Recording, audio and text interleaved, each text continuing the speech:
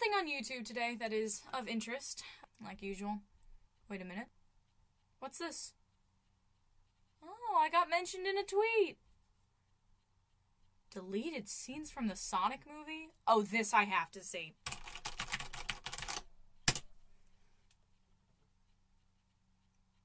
Jeez, that model is up. Wait. What is that? Oh my gosh. I was right. I was right. Alright, joking aside, needless to say, I'm a little impressed with myself, because if you didn't watch my last video, which I don't blame you, it was almost 2 hours long, and if I gotta be honest, I could go over how, you know, the audio was bad, there were some jokes that weren't timed correctly, I ended up getting 3 copyright strikes. Yeah, that's a whole mess, and honestly, I kind of cringe at it now. But there is one thing about the video I am very much proud of, that being the book section. It was a section that I had slipped in at last minute because I read the novel and I thought, oh, it's got some key elements that weren't seen in the movie. And as I was reading, I thought, I wonder if some elements of this book, like scenes, were once going to be in the movie, or they were deleted scenes, which was very possible that that was the case. So when, you know, and I know I'm late to the party, everyone's done the reaction videos to the scenes and all, great. I'm going to do a reaction, but I'm also going to go in depth about how, not only, you know, just explaining how the scenes look and feel, but how they connected to the book. And again, I wasn't expecting that little stupid theory to be right, that, oh, it was deleted scenes. Because one of these deleted scenes in particular is straight from the book. I'm not joking, the dialogue is the exact same.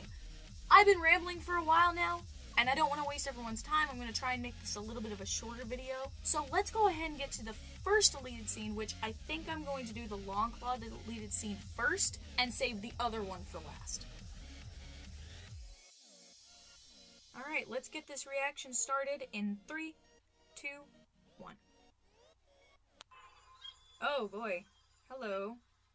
This is the island. Definitely not finished animation. It had everything. Sandy beaches, cascading waterfalls, public access to loop-the-loops, and all with a relaxed... It looks the same. Like, it's got the same... Oh. Oh no. A little blue ball of super energy. Ooh, hello. No pass, Ugly looking Sonic design. power in an extremely handsome package. Oh. Oh, they look so weird when they're not finished. I know this is the animation process when it comes to 3D, but I... Also, oh, the echidnas! Oh, they look so weird! I was gonna point out the, Ben Schwartz lines are different. Holy crap, the music just kicked in. It looks the same. Kinda. Whoa! Oh my gosh, it's the Sonic X, sound effect with the ring. This is weird. So she ends up going to Earth with him. Oh, he's so ugly. Target in the universe.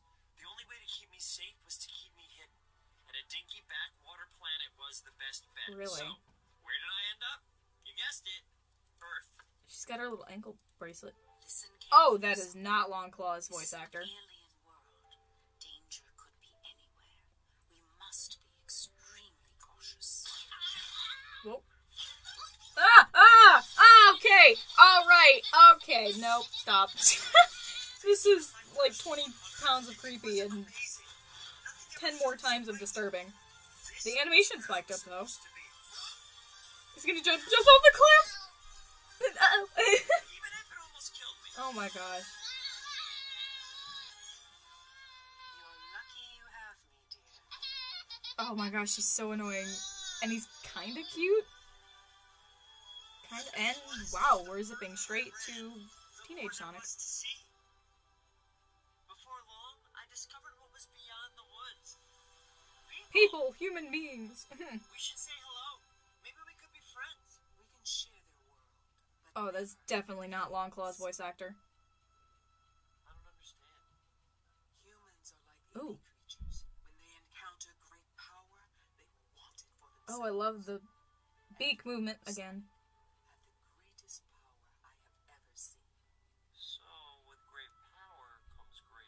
Oh, I thought he was gonna say great responsibility. This power for a reason, and someday we'll find out why. Oh, I don't like this voice actor for Longclaw. This is why I like Donna. These rings are our most important possession.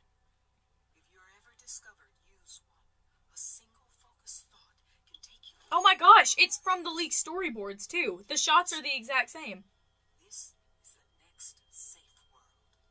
That's a lot of mushrooms. Yes, an empty void. Oh. Oh, so in this universe. Took care of me when I was a baby.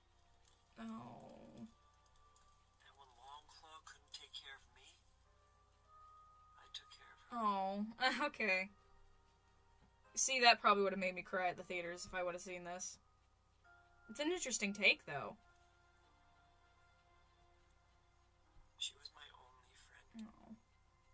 Don't make me cry now. I'm not in the mood for crying.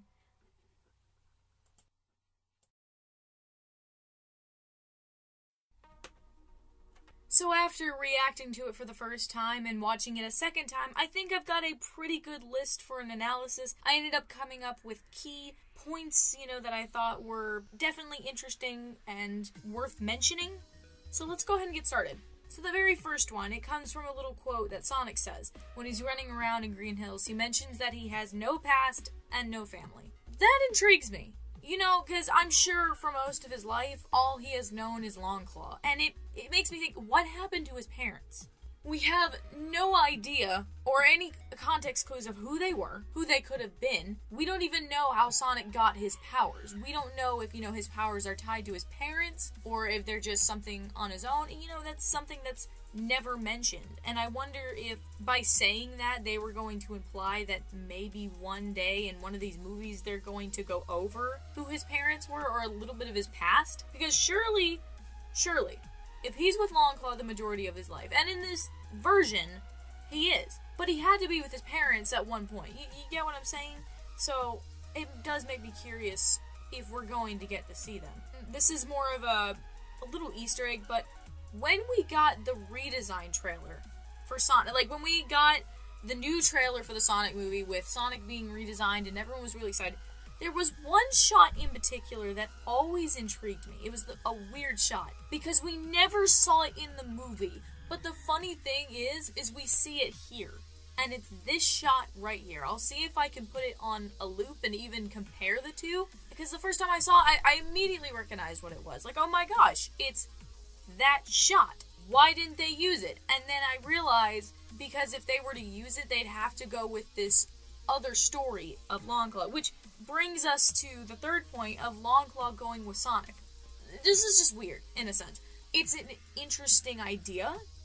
She ends up dying pretty much of old age instead of dying by echidnas, which I honestly prefer how they did it in the movie, because Sonic spent all of his life with Longclaw in this version. There wouldn't have been as much of a bond between him, Tom, and Maddie. Because, mind you, he was alone, technically, for 10 years of his life. I don't know, no one really knows when he met Tom and Maddie, or, first noticed them and started stalking them. But still, he had enough time to get to know them. And that's the important part. So it makes me think, if they went with this version, I feel like the bond between him and Tom would have been super weak. And that's kind of why I'm glad they took it out. But going back, this is a weird thing. It's mentioned somewhere in the book that, the blue fur, the electric speed, it's not natural. It never has been natural, even for their world. And Sonic mentions within this little deleted scene that his first run on Earth felt so right. It felt so good. It felt like, this is where he was supposed to be. Which says something, that he wasn't even comfortable in his own world, that he was born in. He didn't even feel like he was supposed to be there.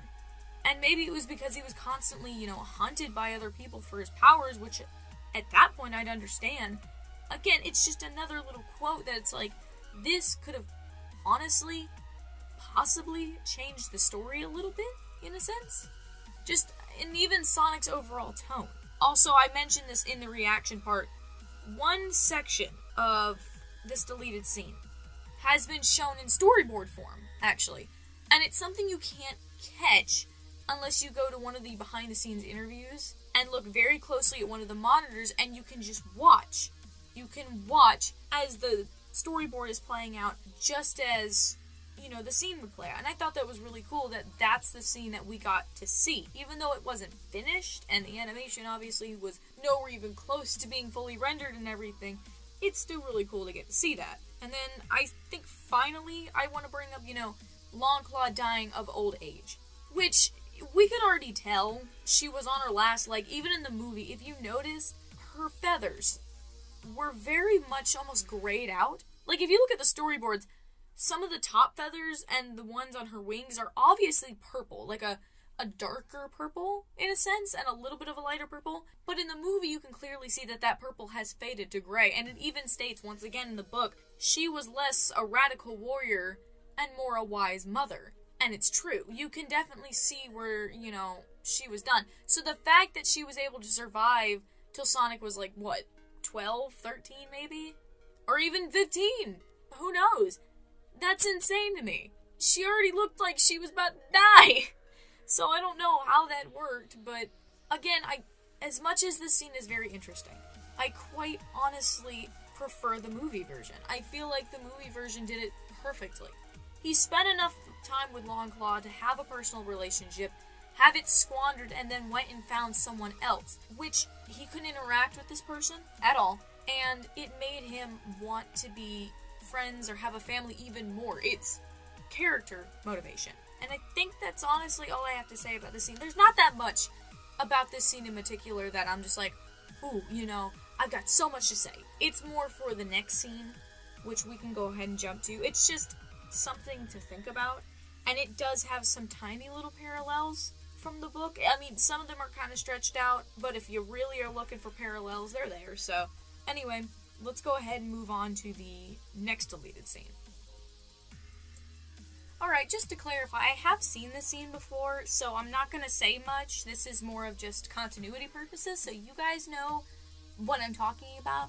So let's go ahead and get this started in 3, 2, 1.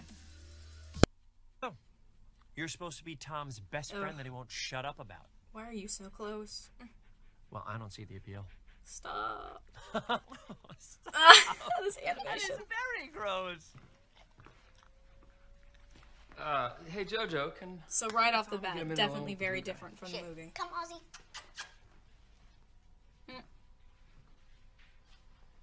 Cool dog. No wonder he's your best animal friend. I want to talk to you for a second. Have a seat. Okay. Yeah, this is where it is. Up here. Right. Right. So, back on the highway, what was that crazy lightning display?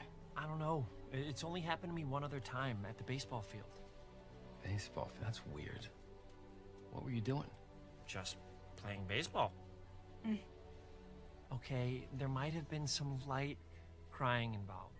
My power gets weird when I get emotional.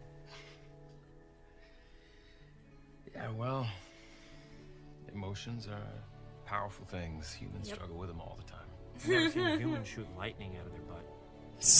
Well, maybe that's your real superpower. A little time, a little practice, who knows what you could do. I'm sure it's a tough decision for you to leave Green Hills. I'm sorry I was so hard on you. Really we does good? make me wonder why they took the scene out. Yeah, we're good. All right, we better hit the road. Tom, if you so much as glance at my car, I will rip you limb from limb. You want to drive?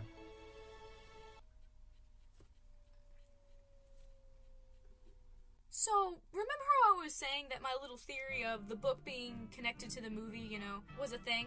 And since you just listened to this deleted scene and you have the dialogue in your head a little bit, take a listen to this. Listen, pal. Tom stopped the hedgehog at the door. Are you sure you're ready for this? Back on the highway. What was with that crazy lightning display? I don't know.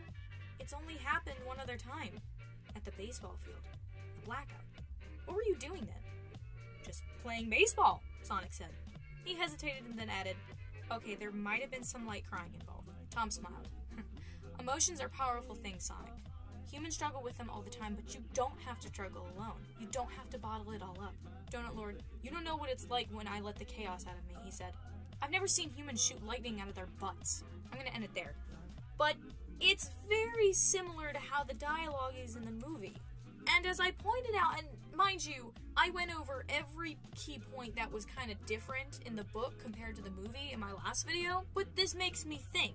Important things such as the very last scene in the book, where Sonic gets a government hotline. Yeah, again, he gets this weird government hotline device from Agent Stone. It's not really gone into that much, but it makes me think, was that a scrapped concept for the movie since they scrapped this scene? It's possible, and my other question is, why would they scrap this scene in particular? Quite honestly, I think I would have liked to see this scene in the movie. I think it would have fit. I know, we gotta have the scene where Sonic gets his shoes and all. I still think they could have fit in the scene because it drives in about Sonic's powers and how they're, controlled by his emotions, which is a very key, important thing to the story. Again, I also went into it in my last video, so it just makes me wonder, why did they take it out? Did they just not want to redo that scene or reanimate the scene? Did they just feel as though it wasn't worth it? Quite honestly, I feel like that scene was worth putting in compared to the Long Claw scene. But hey, that's just me and possibly me speculating. Either way, it's, once again, another scene to take in and think, okay, what can we get from this? We have confirmation that Sonic knows his powers are controlled by his emotions. Something I went really deep into because I felt like that's what they were trying to drive towards. And this scene proves it. So, all around, this really kind of does prove my theory that the book has a lot more lore tied to the movie than we understand. It's kind of like, oh boy, I'm trying to think of an example.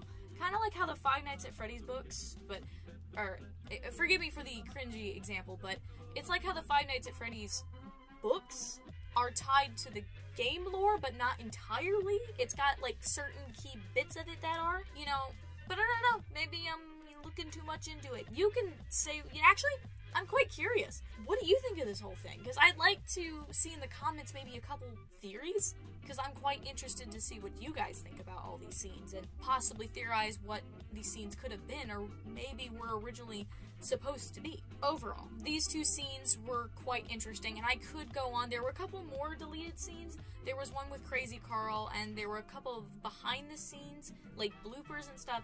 I don't feel as though those are important, and those are more for kind of laughs. Again, these two scenes in particular, I pointed them out just because it has a closer tie to the book. And now it makes me curious, with this video, if I'm possibly going to get more people to go, or at least be interested in the book, and maybe go buy it. I mean, heck, we're all trapped in our houses right now. Might as well go get something, But with that, I think that's all I've got to say. Like I said, this video was definitely supposed to be a shorter video compared to last time. I don't want to bore the heck out of y'all. Hopefully I didn't do that last video, but you know what? I have no idea. It's only got a little bit over 100 views, which isn't bad for my second video on the channel. I'd say that's pretty decent.